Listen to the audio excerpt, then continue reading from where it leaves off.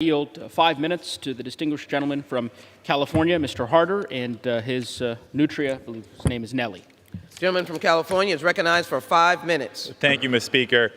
People see swamp rats all the time roaming the halls of D.C., but I believe this is actually the first time in American history that we have a taxidermied swamp creature on the actual floor of the House of Representatives.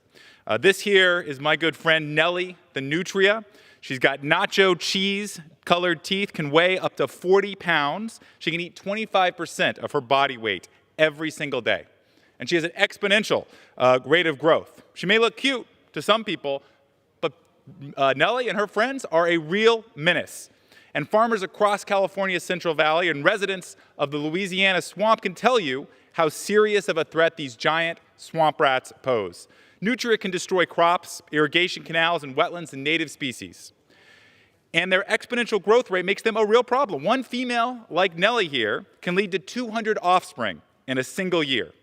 The state of California estimates that if we don't do something about this problem, there are going to be 250,000 nutria in our state within the next 5 years. Nellie's family in Louisiana have already caused an immense amount of damage over the last 100 years. And my Republican colleagues on this bill, Mr. Graves and Mr. McClintock, can attest to the real havoc these swamp rats cause. My bill would simply revive a program that the state of Maryland used to almost entirely eliminate the infestation in the Chesapeake Bay, where Nellie here came from originally. That program uses a variety of strategies to control and eradicate this invasive species. It ended up saving a lot of money in the long run. And my bill is going to bring back that proven program and make more states eligible for help. This is a tiny investment compared to what will be necessary if we wait any longer.